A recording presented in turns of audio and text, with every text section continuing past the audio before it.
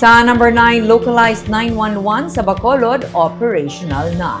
Nagpasalig si Bacolod City Mayor Greg Gasataya sa publiko nga mas mangin madasig na ang pagresponde sa mga emerhensya sa syudad bangod operational na sa karon ang localized 911. Sa idalom sa sininga inisyatibo, mangin mas madasig na ang pagresponde sang kapulisan kag rescuers sa mga insidente. Bangod ang tawag sa isa ka residente ang magadiretso na sa command center sa Bacolod City kag hindi na maglabot pa sa nasyonal.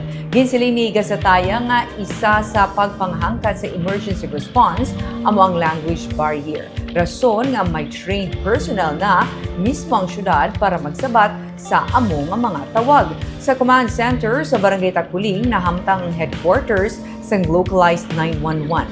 Naghatag man sa mga gamit ang Department of the Interior and local government sa syudad sa pagpatuman sang amo nga inisyatibo. Ang Bacolod ang nangin pinakauna nga syudad sa Negros Island region na may localized 911. Natala na nga formal ini nga ilunsar sini nga semana.